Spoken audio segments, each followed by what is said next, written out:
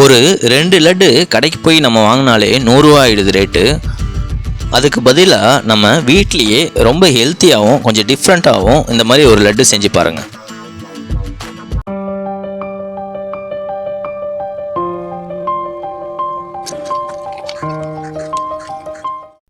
First நம்ம ஒரு 4 table spoon நல்லெண்ணெய் எடுத்துக்கோங்க.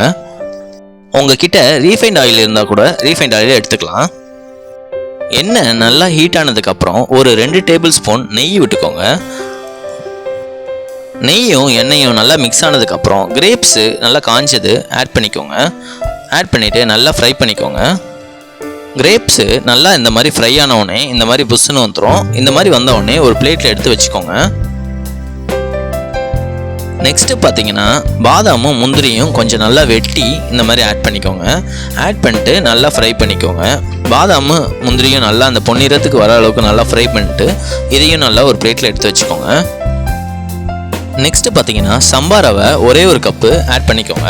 இந்த ரவையை ஆட் பண்ணுறதுக்கு முன்னாடி கொஞ்சம் நல்லா வறுத்துக்கோங்க. நார்மலாக எந்த ஒரு எண்ணெயும் விடாமல் நார்மலாக வறுத்துக்கோங்க. நம்ம ஃபஸ்ட்டே நல்லா வறுத்துட்டோம்னா இப்போ கொஞ்சம் நேரம் வறுத்தாலே போதும். இந்த எண்ணெயும் நெய்யும் கலந்த கலவையில் ரவை நல்லா மிக்ஸ் ஆகிற அளவுக்கு நல்லா வறுத்துக்கோங்க. அதுக்கப்புறம் பால் ஒரு 2 கப்பு அப்படி இல்லைன்னா 1/2 லிட்டர் பால் ஆட் பண்ணிவிட்டு 1/2 கப்பு தண்ணி சேர்த்துக்கோங்க. பால் நம்ம அதிகமாக சேர்க்கறதுனால ரொம்ப நல்லா டேஸ்ட் கொடுக்கும். நல்லா மிக்ஸ் பண்ணிக்கோங்க. நல்லா ரவையும் பாலும் நல்லா மிக்ஸ் ஆகிட்டு இருக்கும்போது ஒரு 3 ஏலக்காய் நல்லா தட்டி சேர்த்துக்கோங்க. உங்ககிட்ட ஏலக்காய் தூள் இருந்தாலும் ஏலக்காய் தூள் சேர்த்துக்கலாம். ஏலக்காய் நம்ம சேர்க்கறதுனால நல்ல ஃப்ளேவர் கொடுக்கும். அது மட்டும் இல்லாமல் நம்ம ஏலக்காய் சேர்த்து சாப்பிட்றதுனால தொண்டை கரகரப்பு அந்த மாதிரிலாம் வராது. நெக்ஸ்ட்டு ஒரு 5லேருந்து 7 நிமிஷம் இந்த மாதிரி மூடி போட்டு இந்த மாதிரி கிளறி விட்டுக்கோங்க. நம்ம நிறைய பால் விட்டதுனால ரவை வந்து நல்லா பொழு பொழுன்னு அழகாக வந்திருக்கும். இதுக்கப்புறம் நம்ம கொஞ்சமாக ஃபுட் கலர் சேர்த்துக்கோங்க. இது ஆப்ஷனல் தான், ஆனால் கொஞ்சம் சேர்த்துக்கிட்டா நல்லாயிருக்கும். ஃபுட் கலர் சேர்த்துட்டு நல்லா மிக்ஸ் பண்ணிக்கோங்க. இந்த ஃபுல்லாக அந்த ரவையில் எல்லாமே பரவுற அளவுக்கு நல்லா மிக்ஸ் பண்ணிக்கோங்க. இந்த டிஷ்ஷை பொறுத்த வரைக்கும் நம்ம நார்மல் ரவையில் பண்ணாமல் சம்பா ரவையில் பண்ணிங்கன்னா இன்னும் கொஞ்சம் நல்லாயிருக்கும். நெக்ஸ்ட்டு பார்த்தீங்கன்னா நம்ம ரெடி பண்ணி வச்சுருந்த பாதாம் முந்திரியை ஆட் பண்ணிவிட்டு நல்லா மிக்ஸ் பண்ணிக்கோங்க. பாதாம் முந்திரி ரவை நல்லா மிக்ஸ் ஆனதுக்கப்புறம் நம்ம ஒரு 1/4 கப்பு காஞ்ச தேங்காய் துருவல் ஆட் பண்ணிக்கோங்க. இது வந்து டெசிகேட்டட் கோகோனட் சொல்லுவாங்க.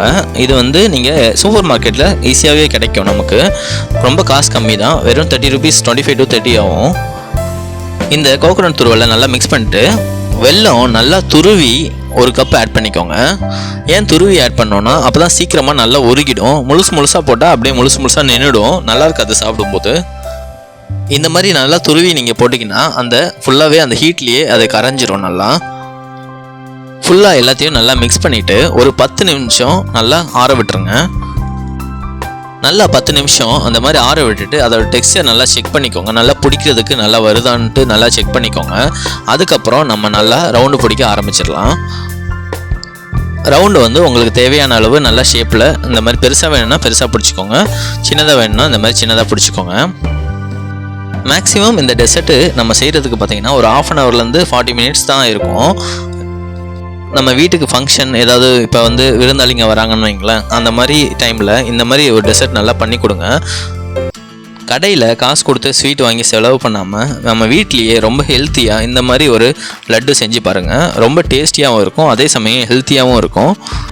இந்த வீடியோ பிடிச்சிருந்தால் லைக் பண்ணுங்கள், கமெண்ட் பண்ணுங்கள், மறக்காமல் சப்ஸ்கிரைப் பண்ணிவிடுங்க. தேங்க்யூ.